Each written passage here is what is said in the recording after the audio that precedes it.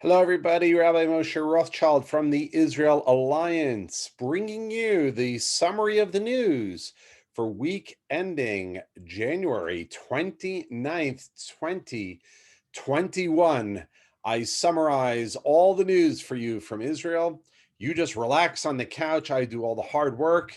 So here we go. Let's jump right in. This week, a senior Israeli government official said, and I quote, "If Biden adopts Obama's plan, there's nothing to talk about." And he was referring to the plan with Iran, which was called the Joint Comprehensive Plan of Action, known as the Iran nuclear deal, and remarking that if the United States re-enters the plan as it was, then Israel will be, well, let's put it this way, it's not going to work for us. And as I reported last week, there are plans in front of the prime minister, if necessary, for military action against Iran. Israel cannot allow Iran to have nuclear weapons. The Grand Mufti of Jerusalem, who was, of course, Hajj Amin al-Husseini, and in 1933, after he became the Grand Mufti, he sided with the Germans as Hitler rose to power, and he was very, very inviting of the Germans. He wanted the Nazis to come to Israel, and he was a great Jew hater. So this week, the what remains of a large house that belonged to the Mufti of Jerusalem, it was announced this week that it will become a synagogue. Great story. Oh, by the way, if you're tuning in now, put your name down below in the comments. Let me know where you're from. I read every single comment. I don't always get to respond to all of them, but I read every single one, and it makes a big difference to me. So put them below. And if you're watching here on YouTube, click subscribe. That'll be very helpful to us. We're trying to get to 1,000 subscribers. I think we're in the 600s or so, but please hit the subscribe button. That would be very helpful. This week, the cabinet met about sealing off Israel hermetically, meaning shutting down the airport and extending that shutdown for another 2 weeks till mid-February. And a decision was not reached. They'll be meeting on Sunday to decide whether or not they're going to extend the lockdown that Israel's under and to keep the airport shut down for another 2 weeks. A heroic female soldier helped the IDF prevent a terrorist attack. There was a terrorist who was lunging with a knife at a junction called Gitai Avisar, and she was able to fight off and push the terrorist away with her hand and with the end of her rifle until someone came and neutralized the terrorist. The woman who was the hero in the story was a lone soldier. She was from from the UK, and she was serving here what's called a lone soldier, meaning they don't have family here in Israel, and quite a hero preventing tragedy. A fearless Iranian cleric defied the dictatorial regime in Iran. He embraced Israel, and he said that he dreams of praying one day in Jerusalem.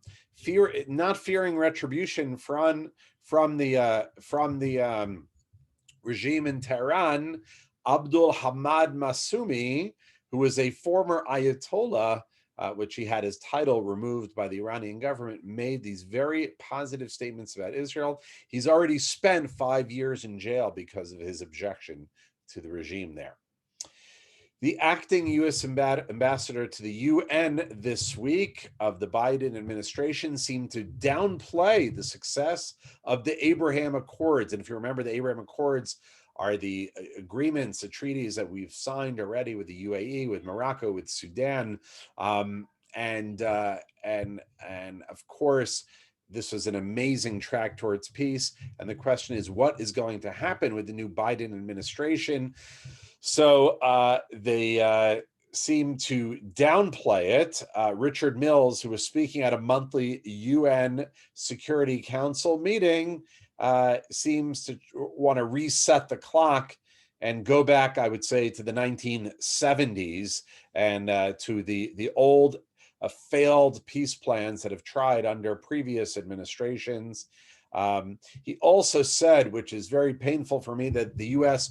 will restore their assistance programs to support the Palestinian people, which basically means they're going to be giving them the hundreds of millions of dollars that the Trump administration stopped because the Palestinian Authority engages what's called pay to slay, which means that, let's put it in these terms, that I am a target, my wife is a target, my family's a target, because anyone who targets Israelis and succeeds will get money from the Palestinian Authority. So Donald Trump stopped sending US dollars, and the Biden administration has already said they're going to restart that money.